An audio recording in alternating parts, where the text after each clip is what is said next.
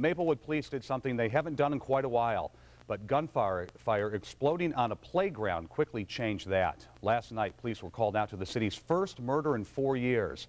They say shortly before 7 o'clock, 2 cars drove up and one suddenly began firing, killing a 19-year-old man on the basketball court. Several kids and their parents watched from a picnic table nearby. KARE 11's Ellen Kaloje is live in Maplewood with the latest. Ellen? Well, Frank, it's definitely something you don't expect to see at a busy playground packed with parents and kids, a drive-by shooting, but that's exactly what happened here on this basketball court last night, just a few feet away from this playground that's always packed with a lot of parents and a lot of kids, and that's exactly the situation last night. Everyone out here ran for cover, and now they're asking, why here? Make a pancake. 4-year-old Haley Peterson loves everything about this playground. But last night, her favorite place turned into a violent murder scene. How do you feel about what happened here last night? About when Mommy said that a boy got shot last night and he died. Does that make you mad? Haley may be too young to know what's going on, but her mother knows all too well what could have happened. I was mad. I was really mad because we could have been here last night.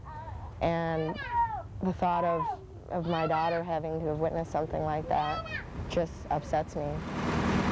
Witnesses say 2 cars pulled up to the basketball court and someone fired at least 8 shots, killing a 19-year-old man shooting hoops with his buddies. We heard like something that sounded like firecrackers or something.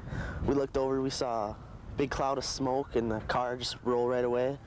We figured, I don't know, we didn't know what it was. We figured it was gunshots. Police say the shooting could be the work of rival gangs out to get each other with a clear target in mind. It is a rare incident. It is an isolated incident.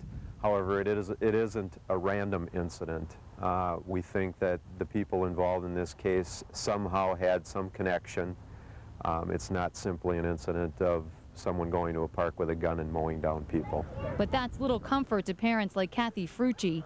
She brings her little ones here all the time and says this playground will never be the same. I can't believe it. I can't believe someone was killed here and all the bullets that flew.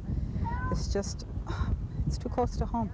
But no matter how scary, police say this should not force anyone to stay locked in their houses. It's not going to change me going out or taking my kids out because I'm not going to live like that. So.